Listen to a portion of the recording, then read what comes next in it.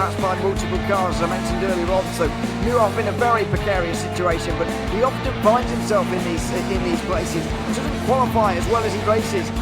Up front, they are getting with Lee Aberdeen and Luca Varani, not very far apart at all here. But I just want to see how Alistair Haight deals with Marcello Kessler coming around the old hairpin.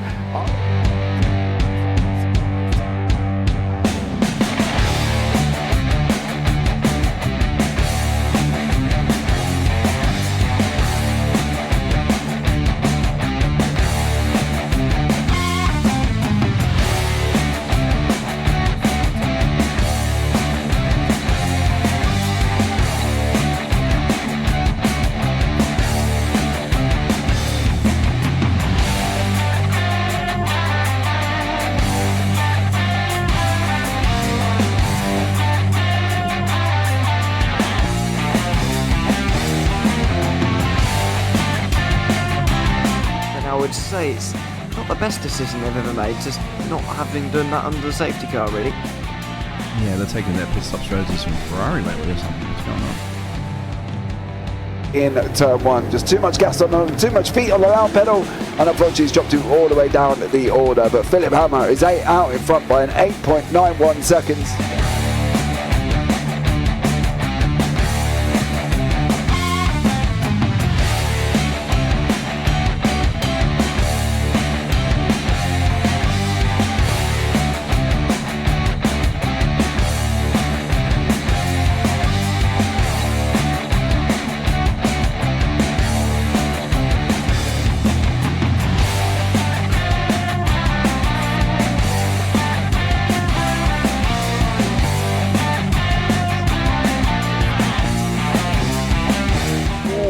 Dan Michael is a wall there, sir. And definitely doesn't want to be hitting that earlier on as well. Difficult, the understeer is in the dirty air through that final corner because it's such a long corner and you get dragged off into the grass very easily. He'll have the slipstream down in towards the chicane. Peterson was briefly alongside, but that slipstream has saved him and kept him in third. Yeah, Varani now lost a little bit of time to Aberdeen, about half a second. Peterson is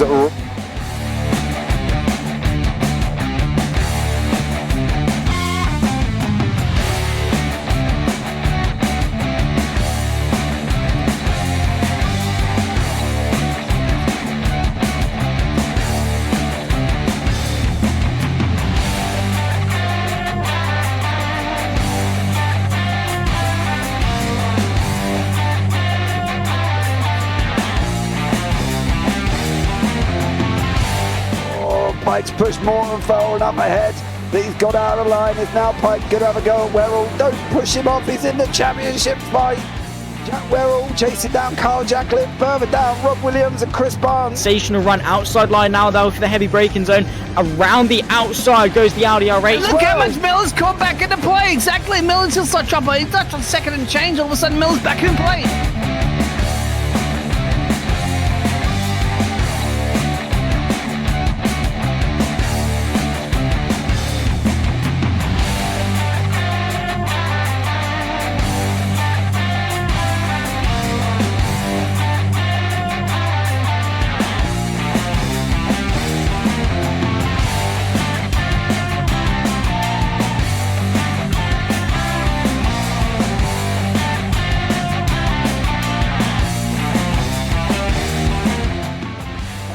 To the back end of Phil Jocelyn, so there's been a lot of movers and shakers in this first 2 laps here for race. Absolutely serious racing league. Everybody's allowed to have fun. Yeah, it's all about the entertainment. So I hope everybody is enjoying themselves out there in the chat. We know that Ron is been enjoying himself watching. And the Burger King machine's off into the grass a little bit there. Is that really bunching up now?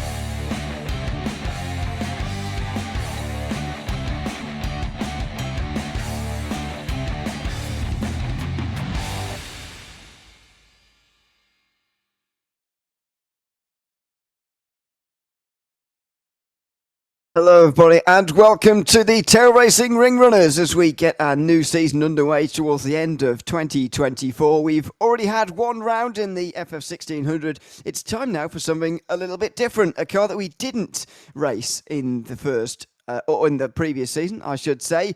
The Audi 90 GTO, used a very long time ago in real life, brought to iRacing quite a long time ago now as well.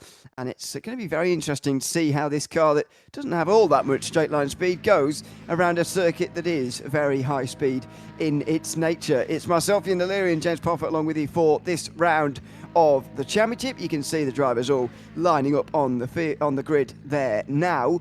Looking forward to seeing how this one goes, James. We don't have much experience in this car, I think it's fair to say, but looking forward to it. Should be a good race, or hoping it's going to be a good race at least, and we're going to learn a thing or two about this car, I suspect, over the course of 4 laps of racing here today. Yeah, it should be interesting to see, I think. Neither of us, as you say, have got experience in this car, so it could be quite interesting to see how it gets on. I'd be looking forward to it. Some of the livery designs are quite funky, so that's good to see, but I'd be interested to see how they get on.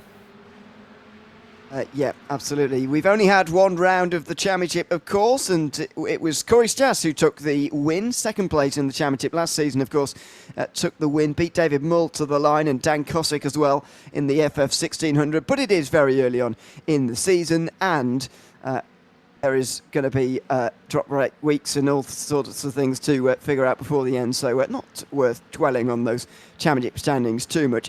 As you can see on the left-hand side, we're splitting our field into Pro and Am drivers for the first time as well, because that's what... Oh dear, that's a funky camera angle from under the floor, I think. Anyway, yes, it's split into Pro and Am these days. Last season we had one big championship standings and one big race standings as well, but we split the drivers up now on this occasion, but that doesn't mean that the drivers won't mix together in terms of their classes. 14 of them on the grid here. I suspect that some of these drivers are not here today because they haven't got the car, which is a common problem with these new ones. And you do still have to pay for this one. Yes, you do. I can vouch for that. You do still. I can now, yes. So, yeah, but it's an interesting car, isn't it, really? You look at it and it looks a little bit of a beastly machine, and I'll be interested to see how it drives and how some of these people handle it, and whether or not it needs that sort of extra braking distance to make sure it stops, because it does look quite a heavy beast. Yeah, I'm not sure how actually heavy it is, but it looks like it could be. Let's see though, as we get ourselves up towards the line. It was Rick Putnam and Ewan Crutchfield on the front row, and they make their way up to the starting line on the 24-hour layout of the Nurburgring Nordschleife. Get ourselves ready to go racing. Rick Putnam in control of the field by the looks of things, slow on the way towards the line, and then finally going. Acceleration in these cars is astronomical, and Rick Putnam using the very length of the straight there to get this race underway. Down in towards turn 1 and 2 they're going to go. Now, who's going to get through nice and cleanly? First of all, Putnam with a very nice lead early on here. Then Ewan Crutchfield in second position, holds off Corey Stas, who will remain in third. And through the opening quarters they'll go, and into the rest of the Grand Prix layout they'll go right the way, of course, to the bottom of the hairpin, the Dunlop hairpin at the bottom of the circuit. Oh, and a big incident for Jason Hightower as he gets into the back of Dave Hernandez, and that was a bit clumsy, I'm afraid, from Hightower, who missed his braking point absolutely there. Oh yeah, he missed it by an absolute country mile, didn't he? And unfortunately David Hernandez and Tim Watcho were all involved in that, so that's going to be an interesting one to see how that's dealt with, to be honest. Both of them have come back on the track and no further issues, so that's always great. But Rick Putnam out in front at this moment in time as well, opened up 1.5 seconds lead currently. Nice little battle further down as Patrick Messick and Anthony Sereno got very close together then as well. They're going to be entering in to, of course, the full Nords very, very shortly, so we'll see how Putnam handles that one. Yeah, there he is in the lead of the race, on his own by 1.7 seconds at the moment, which is a very good start for him. He didn't participate in the FF 1600 race 1 week ago, so he's not in the standings, but is leading this race by some distance. Ewan Crutchfield is second, the reigning champion, after getting a decent start himself. He's got second also over Corey Stas. And then we've got Mull and Green, David Mull and Matt Green next in line. But they're going to have to follow each other through the Hatson back here. Stay as close as possible as we ride on board for the first time. This car, of course, is say fairly planted. You're not going to get much oversteer from this car, but you're certainly going to get a lot of understeer. And you can see that by just the waiting that Matt Green is having to do here to get onto the power. He's just waiting, then getting out of the corners. And at high speed especially, they're going to have to slow down for Flugplatz, that's for sure, as they use the turbo power now to go over the bridge and up towards the rise in the road. They're going to have to lift off here because otherwise they'll get lift off. And Matt Green has gone deep. Oh, that was close. You don't want to be doing that and getting too close to the grass as Matt Green just did, but he stays on the road, thankfully, and stays in 4th in class. Yeah, he does at the moment there as well for Matt Green. A great job, got very, very close to the car in front, of course, and now coming down into Arenberg. Are they going to be able to get this stopped? That's going to be the interesting one, as they all seem to be able to get through. There is a rush of cars here with Anthony Serino, Patrick Messek, AJ Condon, Chase Petterjohn and Tim Watcher. It looks like David Hernandez has had another little bit of a moment, so we'll have to go back and have a look at that one. But some interesting fights developing. Two pockets at the moment. Corey Stas, Dave Mole, Matt Green having a nice little battle with Alexander Batash in the background, and then we've got the Anthony Serrano, Patrick Missek, AJ Condon, Chase Petterjohn and Tim Watcher also having a nice little fight in the background as well. So great racing going on, both packs here surviving, but we are only a quarter of the way around that one. Yeah, we are. We've still got a very long way to go, that's for sure. Through the at the end of what's recognised as the first sector here now, out of Adenauer Post and into Metzgersfeld. Fast left-hander. You don't want to go too wide. You end up in the grass and you won't stop for the next corner. Not sure if AJ Condon did stop for the... He did indeed. He did just get it stopped in time, excuse me, but he was in the grass and can end very badly indeed on the outside. Speaking of going wide, I think that's Meish who goes... Oh! It does go wide, and contact with AJ Condon, who saves it from going in the wall, but Petterjohn goes through at least, and then AJ Condon has got to fight with Tim Watcho as well, just behind him, in a very multicoloured car, so that could have gone a lot worse, but at least AJ Condon's not in the wall. Well, yeah, that's always a good thing, isn't it? Let's be real about it. You don't want that 9.5 minute tow back from the racetrack at the moment, and it seems to be 9.5 minutes or 8 minutes, depending. It doesn't really matter where you are. You could be next to the pit lane and you've still got to wait 8 minutes on the tow on that one as well. You can see AJ pushing it in front of him now on that run down to the right hander. It's going to be very, very interesting to see if they can handle this at the moment, because it looks a very, very, it looks a well planted car, but at times it looks very, very twitchy. It is a well-planted car, and slowing on the exit here, AJ Condon is going to be under pressure from Tim Watchow. If you notice, by the way, them really catching each other very quickly and then pulling away again, they're shifting gear effectively, which means that they're very low on revs, especially in this turbo car. They speed up quite irregularly as Jason Hightower tries to make his way through here. He's recovering, of course, after his lap one incident. You can see the damage still on the front end of that Audi. He is through, though, into 11th place overall. Tim Watchow into 12th, and then AJ Condon, who is 13th. But Hightower is going to be doing a lot of this, I suspect. He's 5th in class, but more importantly, he's way down overall, which is how you score your points, of course. And so he's going to have to overtake all of these guys who he is faster than. Yeah, it's a continual point system, isn't it? There isn't a separation for Pro and Am, so it is just 1 point system for all. As a couple go up. Oh, they're all off. Well, 3 of them go up. Oh, and that's why. Maybe it was on purpose, because AJ Condon, he's crashed and very nearly went straight into Sadler, and look at that front end damage now. Maybe the high bit above the banking is supposed to be. Yeah, you don't normally see that though, do you? You see normally everybody dipping into the carousel and getting a run, but the fact that the front 3 went high and made it, and then poor old AJ went low into the carousel and didn't make it. Yeah, you might have something there, I can tell you that much. Well, we'll see next lap as to what everyone elects to do, because I think it could be beneficial to just stay up high here. We'll wait and see on that front. We follow Matt Green now. He's on the back of David Mull, making their way through Brunchen a few moments ago. Now running down the hill towards Flanscon. This is where they will get a little bit of air in these cars, I would suspect. They're on the brake quite early in these cars, so maybe not quite as much as I thought, but certainly at Flugplatz they were getting some air. Now over the top of the hill here at the Stefan Ballafest, they're going to be getting light, and then through Schrabenschwanz a little bit later on. There'll be a chance for Matt Green to go through, though, on the Duttinger, you'd expect. Sadler's off, by the way, further down, but back on again now at the back end of the field. As always, we will get a view as to all the incidents at the end of the race, but so far there hasn't been too many. Most of them still running in this race. Unfortunately, Dave Hernandez is not, and I don't see Dylan Hesselink anymore circulating. Oh no, he is, but he's not got a timing gap for whatever reason in front of him. So only one driver still in the pit lane. Yeah, there's only been 4 incidents with 4 different drivers, which is pretty good, to be fair.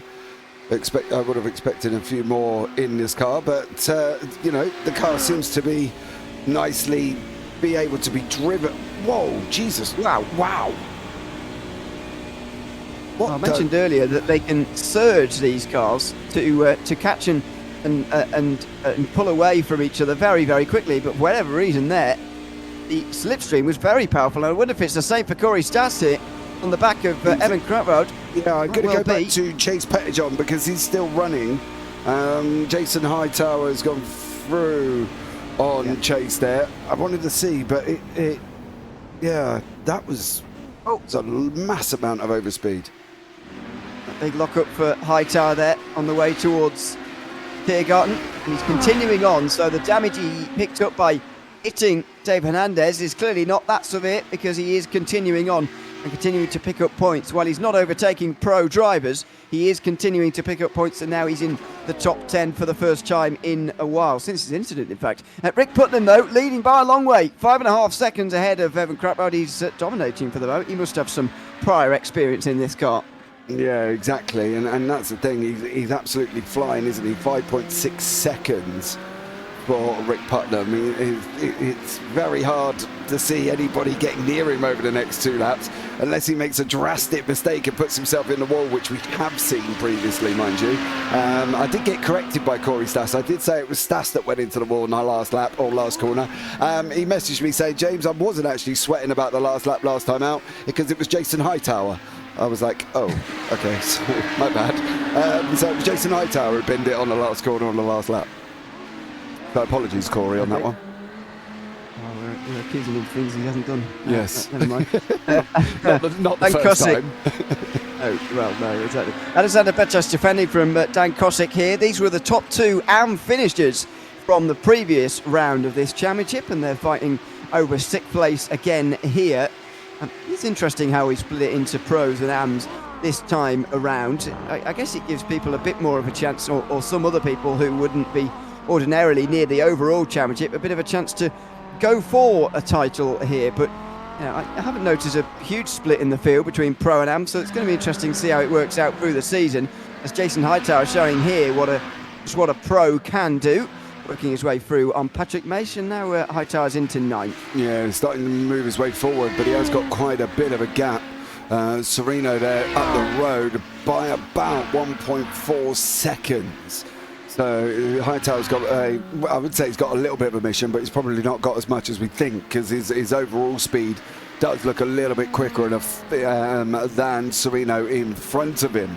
So I expect Hightower to be on the back of him very, very shortly. Dan Kosick is here, still trying to catch down on Alexander Betash, who has slowly opened up a gap, nearly, and I say this loosely, nearly topping 1 second. Yeah. That is not going to be a lasting gap, I would suggest. Hightower is catching Sereno here for 8th position. That's probably going to be the next pass, with all due respect to everybody ahead of, well, not everybody ahead of Hightower, but a lot of the drivers who are ahead of Jason Hightower here. They're not quite as quick as he is. Was leading the championship after a few rounds, I think, or he was certainly up there in the championship after a few rounds last season. Didn't go on to win it. That was Evan Krautwald, of course. But he is looking to work his way through the field. Look at that through Arenberg. They all keep very close to the curb on the right-hand side. Normally you sort of diamond off the corner a little bit and try and get the exit down the hill here through the Fuchsruhe, but actually, you need to stay as tight as possible in these cars. And then on the way towards Adenauer Forest, a big bit of braking up the hill here, using gravity to help you. And Sereno does hang on into Adenauer Forest, but you just wonder how much longer it's going to continue. He goes deep into the left-hander. Hightower will go for the exit. Oh, and he's had to get on the brakes there. The overspeed he had was so much that he very nearly rear-ended him accidentally. Yeah, Sereno got it all a little bit wrong coming into the left-hander as well. There was a big old lock of brakes, and Hightower had to sort of push on his to get that car stopped. He's now going to be in behind Sereno again. I don't think it's going to be long. I think Sereno's more holding up the inevitable here currently, and he maybe should think about whether or not this is actually benefiting him, having to try and defend. He looks a little bit raggedy-ragged, doesn't he, at this moment in time as well? So this is a driver who's pushing that car to the absolute limit that he's got within his capability, but he wants to be careful not to overdo it and get it all wrong, because I've seen multiple times where drivers push the car like he is, just get it wrong. Here we go. He's got a bit of speed here, and Hightower's got nowhere to go with it. Looking up the inside of Exmuller. Is he going to get the room? He is. And off the road, Sereno. Oh, he's off, trying to give so much room to Jason Hightower. He's gone off the road, and through will go numerous drivers. That was Sadler getting through, Scott Sadler getting through next. Patrick Mace also went through on the inside. Well, that was a real shame, I'm afraid. And meanwhile, the change for third place has happened. David Mull must have had a very good run on the exit of Bergvert, because he's now up another position ahead of Matt Green. Yeah, I'm not one to say I told you so with Andy Sereno, but when a driver pushes the car beyond its limits and capabilities of himself, it does normally end up with an incident or an accident. And unfortunately for Sereno, he was pushing the car. You can see he was hitting the curbs all over the place, and unfortunately that was the outcome. As I said, he might have been better letting Hightower go through and sticking with him on that one. But clearly, he chose the latter. Well, to be fair, I do think that the actual incident and crash itself was caused by him just giving so much room to Hightower in the end, rather than going too ragged with the driving. But he did miss a few apexes prior to that incident. As we go through the carousel, we've got our answer, by the way. It is beneficial to stay in the banking, but everyone just missed it first lap. Yeah, clearly they didn't want to, I don't know, maybe they just didn't get the car stopped, I'm not sure on why they didn't all pop in, but they seem to be okay now this time around. Unfortunately for the likes, I think it was AJ Condon, wasn't it? He probably could have waited a lap, because it seems once you've waited a lap, you seem okay to be able to pop it in there. But this could be a very interesting battle between Mole and Green, both of the pros at the moment, with Chase Pettyjohn in there. Dan Kosick is slowly getting onto the back of Betash as well, closed in quite a lot for Kosick, so it's going to be a couple of battles here still materialising on lap 2. We should talk about this man, because he's out in front, so far out in front as well, to be honest. Yeah, I feel like I disrespected Rick Putnam a little bit earlier by saying he must drive this car often, as if I'm saying, you know, that kind of feels like me saying he's bad normally, but in this car, I'm not saying that. Are you really? But he is. No, I'm not saying that, no. But he is driving very well in this car. That's that much is certainly true. At nearly 9 seconds ahead of the rest of the field. I'm not actually sure whether he is a pro or an amp, to be honest. I'm going to find out. Putnam? Because, it's probably useful to know, yeah. He is a pro as far as I can work out, yeah. And to be expected as well. But, you know, this is the thing with a pro and AM system. It's not inconceivable for AMs to win races. You know, I've seen it before, so... just wanted to check. He is, though, a pro, and so we'll treat him as such. But he wasn't at the first round, as I say, so he's going to be no threat to the early points lead of Corey Stas, which he still holds for the moment, and I think will still hold after this race if things were to stay as they are, as he's on course for a second podium in a row if things end as they are. Yeah, he's doing a great job at this moment in time, so it'll be interesting to see on that one. I'm just going to correct something that's bothering me here, but yeah, for Rick Putnam, he is a pro, so he's a pro in the Audi, clearly, because he's pulling away quite far, Mr. O'Leary. Yeah, speaking of side by side, for David Mull and Matt Green. They've just changed for 4th and a change for 6th as well between Dan Kosick and Alexander Betas. That is for the lead in AM as the 5 drivers ahead of them are in the pro class. There we go, down in towards turn 1 for Rick Putnam. We just reset our order. And there's the battle for what will be 4th in pro, not 3rd. Oh, and look at that. Late defence from Green, who couldn't stop David Mull from going down his inside on the way towards turn number 1. Late on the brakes for Mull. He's locking up. He's going too deep, but because it's the awkward first chicane, he's made it work here. Oh, and it's close between Green on the exit as well. These cars do provide some good racing. The surge that you get in terms of speed when you're in the high rev range with the turbos on this car are quite phenomenal. And at the moment, it's providing some fantastic racing. 4th place for David Mull then, just ahead of Matt Green. But these two are so well matched. This battle's not over yet. No, I think this is going to run for the next lap or 2 laps, really, because we've only just started in conjunction with this one. Matt Green is really pressurising and pushing Dave. This could be interesting to see how this one works out. If Matt continues to get this run and get this speed in this car going up, if he doesn't get it done before they go into Nords, though, it's going to be very, very difficult. Oh, he had a run there, but he didn't fancy the dive on the way in towards the left-hander. A little bit wide for Mull, and Green looks up the inside. That's not really the way to make a pass in this car. Now you need a good exit, and that's exactly what he's got here. Watch out for the surge of speed that you don't get straight into the rear of him, and there he goes. Just powers away. The surges of speed are quite phenomenal in these cars. The turbo must be so powerful that they're really causing some strange moments. Through the fast chicane they're going to go. This is a good run for Green. Does he go up the inside into the Nord Cypher? No, not quite. There's not much space there, and as you say, he might have to wait a while now. Yeah, he's going to... No, he ain't. No, he ain't. No, he ain't. No, he ain't. He's going to go. Oh, no, they're going to go side by side down the hill. Are they? No. Oh. Matt Green went, and he didn't quite make it all the way through on Dave Mull, so he's now got to sit in there again and wait on that run down. I think it's probably going to be more down into Araberg if he does get a run, so we'll keep an eye and see if he does get this run coming down into Araberg here, because yeah, that spurt, that, I don't know, turbo-powered machine just all of a sudden kicks in like a, I can't even think of an analogy, to be honest with you.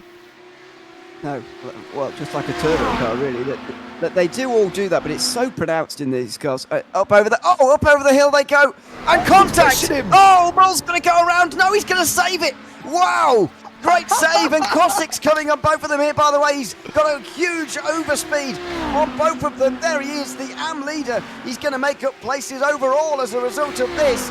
That was a remarkable save from Mull, who had Green in the back of him, and somehow he was able to save it, and Green was able to avoid incident as well. They were literally, Green was just pushing him, pushing Dave Mull sideways around the corner, and both of them are still on the circuit. That's absolutely amazing. I thought that was going to go horribly wrong for both of them at one point, because normally they latch together and go across the front, and there's bits going everywhere, and they both survived, which is, well, mightily impressive, to be blatantly honest with you.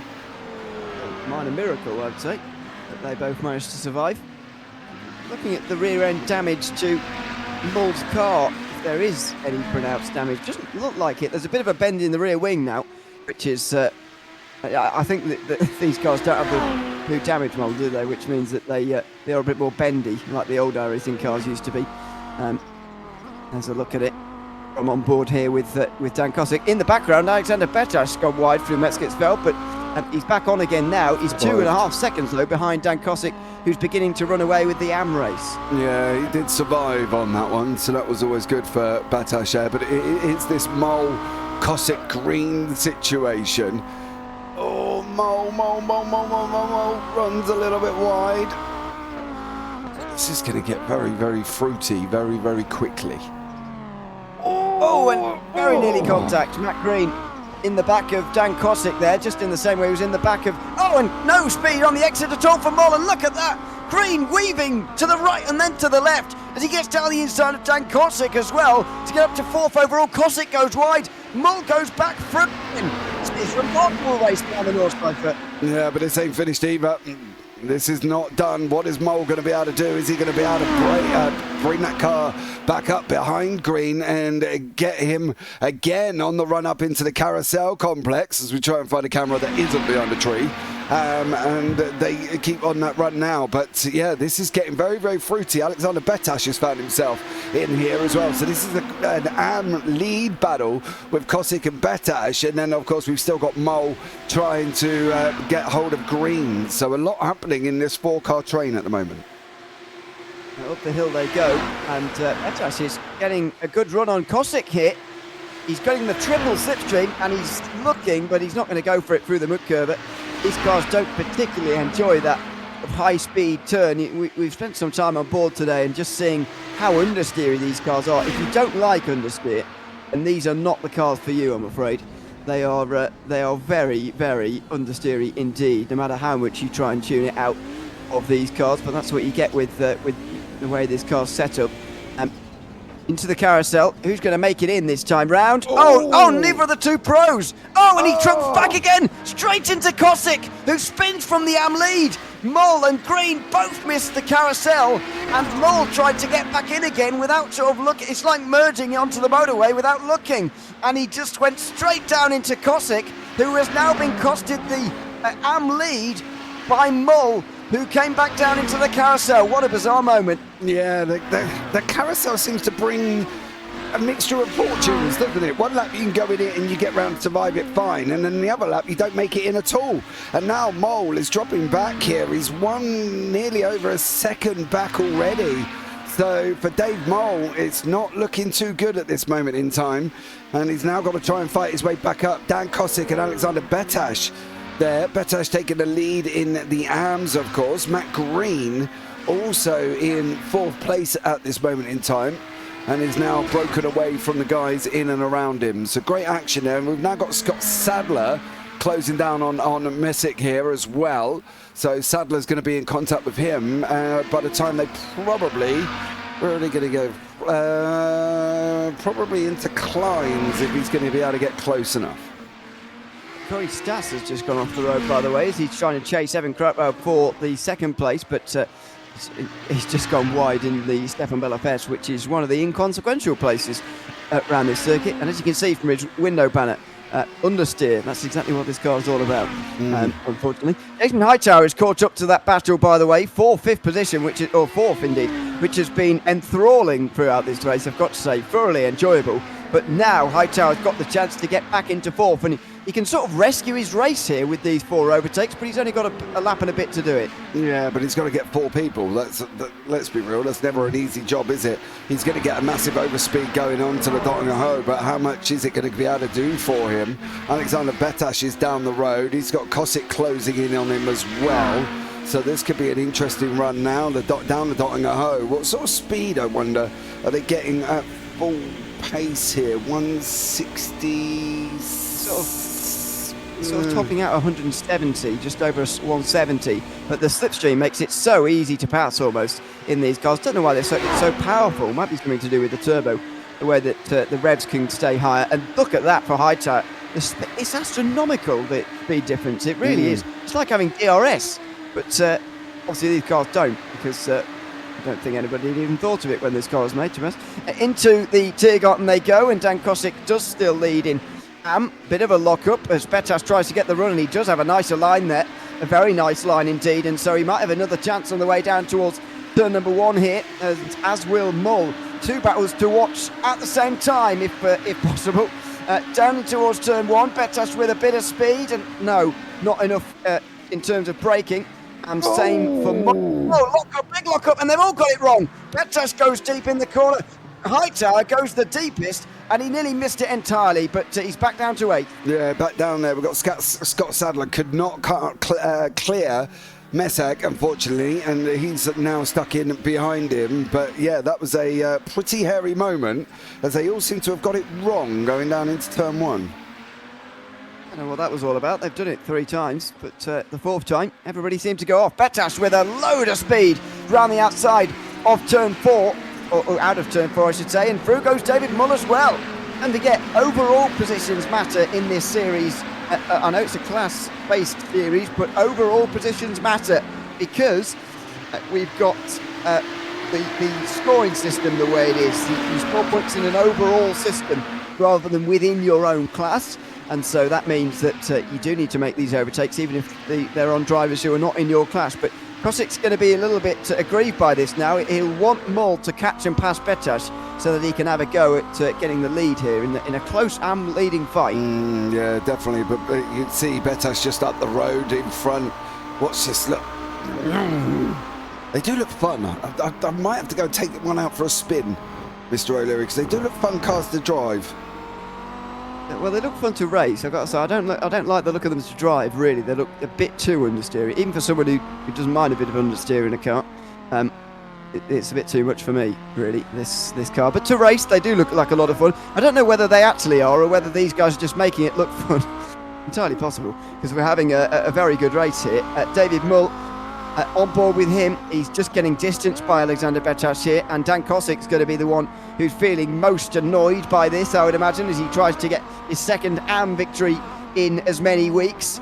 Through the hatch and back they go. Still a long way to go in this race, of course, despite the fact we're on the final lap. Yeah, well, you've got 8.5 minutes, let's be real. So, yeah, technically you have still got a long way to go. You've got 150, probably 150 corners to come now for you on this one. So we'll see how they get on here and see what Kosik can do. These Hightower's in behind. Oh! Wow, he's lucky to keep it out the wall there. You don't often see someone staying out the wall there. Dan Kosik with the slipstream now down the hill towards Schwedenkreuz. Should have the chance to go through on Mull if he wants to, but no. Hearing lifting off on the way towards the big left-hander, and so he's going to have to stay behind on the way down into Arenberg. Well, that is a big, well, not surprise, I suppose, but a big moment in this race, because Kosik really needs to get through there if he wants to chase down Bottas, but at the moment that gap's only getting bigger. That was a confidence thing. Don't think Kosik had the confidence to take that car around the outside like he needed to. And I think that's the issue, and I think that's where the lift came. I think for Kosik, he's a little bit wary of what would happen in and around him if he did try and do that. You're on the final lap, so you can see his point. He's sitting second. He doesn't really need to be jeopardizing himself by doing that. It looks like Patrick Messac is off the circuit, and unfortunately he's jumped straight back to the pits. So poor old Messac there has caused himself a little bit of drama. He was in and around Scott Sadler, so I'm hoping those two have not come together. It was at Arenberg, the incident, by the way, which is where... sorry, I thought Tim Warchow was off. He's not, but he's just going through Arenberg himself right now. So there you go. Battle for 5th position continues. Matt Green has got himself away here, which is probably good news for him. He's in 4th pretty comfortably and looking to bring it home now to the first spot outside of the podium places. Alexander Bottas in 5th position, ahead of then David Mull and Dan Kosik, who are beginning to just quieten down a little bit in this race now as far as the actual battling goes, but it's been a great fight in this midfield throughout the race. We've had non-stop action within it, including the battle scars from David Mull here. You can see that it has been lively. He was hit, of course, by Green earlier on, and they went through Flugplatz in those positions. Green got in the back of him. Mull got his rear wing damaged a little bit, and there you can see the legacy of that. He's trying to stay ahead of Kosik here. We'll see if Kosik makes a brave move on the way towards the Moot curve or not.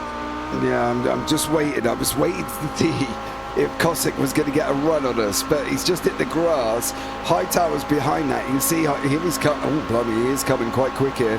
Dan Kosik, how much confidence is he going to have in that machine? Is he going to be able to get anywhere near? Oh, he might now. He might now. We've run a little bit wide. Here he comes into the right-hander. Nope. He's not going to be able to get there this time around. No, he isn't. The corner, the big stop before the carousel. Now, can David Mull stop it in time for the carousel? Because don't forget, this time last lap he got it wrong and came back down straight in front of Kosik. This time he's done it the easy way by going in first time. A lot easier to get down on the bottom of the carousel first time than it is to rejoin halfway. Unfortunately, Kosik may look back at that moment as the moment he lost the AM race, unfortunately, because he dropped some time as a result, and it wasn't really any fault of his own, but the time that he's lost, he hasn't really recovered. No, he hasn't really been able to get back onto the back of Betash. Betash doing a stunning job, just driving basically the car, isn't he? He's driving the car, trying to get it to the end of the race. He knows what he's got to do now as well. The car doesn't look, I've got to be honest, the greatest over the curb. So if I was Betash, I'd probably want to keep it off that for the last quarter or half of the lap, to be blatantly honest with you, because you never know with these curbs. They do, well, they just want to kill you in general, don't they? Let's be real about it here on the Nords itself. But Betash done a great job, got himself up into the AM lead, and he's opened a 2.5 second gap over Kosick. Hightower has got some pace on him. He's just closed the gap up within a second. So this could be a freeway run down the dot and the hoe if he can get up to Kosick, and Kosick can get up to Moles. So that's going to be interesting. Chase Pettyjohn, unfortunately, has just had an incident, but he is still running. And again, we will have a look back at them a little bit later. A Hightower does go through on Kosick. It's strange. Very weird. Very weird. Fuchs Lanscott and Kosick was not going very quickly at all there. Hightower, whatever reason, able to get through pretty easily there. So there you go, another pass for position. Meanwhile, Rick Putnam has been out front by miles. He has been roughly 5 seconds a lap quicker than everybody else in this field. Clearly at one with this machine, and he's just dominated in a way we've never really seen him do before. He didn't appear in the opening round of the Tail Racing Ring Runners for this season, but clearly the Audi 90 GTO has made him turn out, and it's made him clinch a victory through the Tiergarten for the final time, and Rick Putnam wins round 2 of the Tail Racing Ring Runners for season 4 in 2024. Domination in the end, over 18 seconds the gap back to Ewan Krautwald, who should finish second, although he's being chased by Curry Stas towards the end here. He is just about going to hang on by just over a second, and so the rest of the podium places built themselves out in the Pro class. In AM, Alexander Betash has got a bit of a bigger lead now. He's going to win this by nearly 4 seconds. Yeah, it was a nice battle, wasn't it? That midfield battle all the way through until that one incident at the carousel, and it all caused a little bit of drama. Betash went on to take he's taken the AM win away from Kosick, who might feel a little bit aggrieved, but it is Alexander Betash coming over the line here, gets the AM win. Jason Hightower's going to be in behind Dave Mole. Kosick's going to wrap up second place. Chase Pettyjohn is going to finish the race. He has had a big old moment, as you can see, but we will have a look back at that once everybody has crossed over. Oh yeah, that is big front end damage, I'm afraid, for Chase Pettyjohn, who makes his way now down towards the end. Of course, one of the AM drivers finished 4th in the AM class last round, 8th overall, that is. And so it's another position relatively similar for him this time round, 9th overall and 3rd in class this time around. Over the line for Chase Pettyjohn. And as you say, we will see all the incidents in a few moments' time. Once AJ Condon and also Dylan Hesslink have made their way over the line. There they are, coming up into Gaumenkopf at the moment. AJ Condon finished last, I'm afraid, in the field in terms of points. Anyway, points scored in the opening round in the AM field, scored the least points. Dylan Hesslink was 11th overall and finished 5th in the AM class. So both of these two taking, well, not so much a step backwards, but a small step forwards, I suppose, as they come towards the end of the race here. At least they have got to the end, which is more than can be said for 4 of our drivers in this race. Yeah, I think that's the thing. At least they actually got there. You know, Dave Hernandez is out, and then you've got Missick out, Sadler's out, Sereno's out as well. I'm interested to see Sereno's incident. I do feel he was pushing a little bit too much to stay in front of the car behind, and unfortunately cost himself the race finish on that one. As Dylan Hesslink comes over the line, last one to do so. Yeah, there he is. Some of the drivers in the background have done the Grand Prix out and coming back into the pit lane. So there you go. Let's have a look at the race results before we get to replay. Rick Putnam wins by 18.6 seconds. We'll do well to get a bigger winning margin than that. Evan Krautwald, the reigning champion, returns from a bit of an off week last week, don't forget. ninth place finished last week. He's second, though, here with Corey Stas with a second podium in a row in third. Matt Green eventually got away from that battle for fourth place. Alexander Betas, the AM winner, finishing fifth ahead of David Mull, Jason Hightower, who were between Betas, and Dan Kosick, second in the AM class. Chase Petterjohn was the first driver, a minute back, with Tim Warchow nearly 2 minutes back. AJ Condon and Dylan Hesselink finished outside of the top 10, with Patrick Mace a lap down with Scott Sadler. Anthony Serino only completed a lap. Dave Hernandez didn't even get to the end of the opening lap. Yeah. So it's time for some replays at the end of this race. Then this is early on lap number 1, and I don't know what's going on there, to be honest. That's Dylan Hesselink in the background, and that's Dave Hernandez coming in. Yeah, that was Hernandez's after his initial incident. So between him, so it kicked off here. Sorry, I probably should have gone back a little bit further. This was Hightower literally punching Dave Hernandez. Bang! Everybody then goes off. Hightower goes off, Hernandez goes off, Watcho goes off. But Hernandez's incident after that was literally himself going off and just stopping on the side of the road.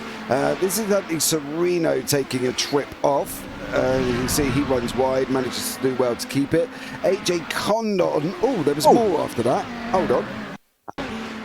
Didn't expect that. Someone coming through after because they were sliding all over the place as well. So, and then the two of them, bang, there you go. Serino has to save it. He does well. These cars are quite all right on the grass, and so that's a good thing as far as Anthony Serino is concerned. This was lively. We were watching the leaders at this time, but it was all going on back here. Yeah, and he held the place as well. So, fair play to Anthony Serino on that one. This is AJ Condon's little moment here as well into the carousel. This is where we caught this one live. Missing the carousel, yeah, and this is the moment where I thought, well, is it actually advantageous to stay wide? But no, Condon just came up out of the banking a little bit early there, which levelled off the car, and then as he's still turning quite severely, he's turned himself into the wall. This was Serino getting passed by Jason Hightower. He gets onto the grass, locks up in towards Exmuller, and that's given him some fairly large damage, I would say, as Jason Hightower was making his way through the back end of the AM field. Yeah, and then we've got Dylan Hesselink taking a trip off as well. A lot of these might just because running off the side. Nothing too drastic for some of them. Oh, nope. Bounces the car over the curb there. There wasn't any real drama as such. This is Hightower. This is what happened down into turn 1 when we saw the whole chaotic scene, should we say. Everyone way too late on the brakes. 3 lockups and 1 driver missing the corner almost entirely. Jason Hightower down there at turn 1. He got back on though in the end. AJ Condon into they do have to brake very early. The brakes aren't very good in these cars. This is AJ Condon in towards turn 1 and 2. Not sure what he's about to do. It's very slow. It's going very slowly, I think. Yeah. This is very slow. This is the end of Mysic's race. Yes, this is into Arenberg. Saw this on the track map. Oh, he's just gone too wide into Schradenkreuz, and when you're on the grass before Arenberg, it's very difficult to stop. In doing so, he's got on the brakes and he's smashed into the wall. The engine has dissipated as well after that contact. So that was the end of Patrick Mace's day. That was pretty awkward, unfortunately. Yeah, the grass on the outside there is never a good idea. This is AJ Condon's one. I'm hoping this is the moment where we probably see why he had a smashed up front. Nope, he managed to hold it. So we'll have to go back and have a look and see what else AJ's been up to. This is Chase Petterjohn. Now, there was something clearly before with Chase, but this is the carousel moment when he goes up into the wall. Unfortunately, it doesn't show that he's had... hold on. Could this be the one where he smashed the car up? Oh, yeah. He hasn't got any damage before the clip, and there you go. Wide at Adnan Force, slides. Oh! There you go. Big contact. Surprised he didn't have to pit after that. It's pretty high speed, pretty head on, and he's lucky that there's nobody anywhere near him because he can use the full bit of the circuit to do a 3-point turn. Not very great turning circle, it has to be said. Scott Sadler, big crash at Stefan Belafes. Goodness me! That's a high-speed accident, I'm afraid. That's why he had to return to pit lane and didn't cross the line in that race, although he did do most of it. This is the last lap with Dylan Hesselink and AJ Condon. Dylan just bounces it over the curve. Does he keep it out of the wall? Just. What about the other side? Yes. So great moves there from Dylan. Manages to save it. This is AJ Condon. He's got no damage on that car, so I'm wondering if this is... Oh dear. It's very wide. Yeah, very well. And that is it. That's basically the be-all and end-all of this race. Absolutely, and I think we're pleasantly surprised with how it was, that we've not seen much Audi 90 GTO racing before, but especially that midfield battle was very entertaining. Yeah, I loved it. I think that was absolutely amazing, and I think going forward, these guys have done an absolute great job. Next week, though, we go back to a traditional car that we're aware of. It's the GT4 class coming back for round 3. I'd say that the next 3 weeks actually are more modern machines, certainly compared to this one, the GT4 class, or in 1 week's time, as you say. A couple of days we'll be recording that, so not so much of a wait this time around. The F4 car will be the week after that, and then the LMP2 car will be after that. So we're going a bit modern for the next 3 weeks before we get some older machines later on. But that's it for this round of the Tail Racing Ring Runners for a new season, round 2 now complete. We're still 10 to go every week from now until the middle of December. We'll be here with you, of course, for the recorded broadcast after the fact in this series. So very much hope that you'll join us for the next one. From myself, Ewan and James Parfitt alongside me. We'll see you in a few days' time for the GT4 class in the Tail Racing Ring Runners. It's goodbye for now.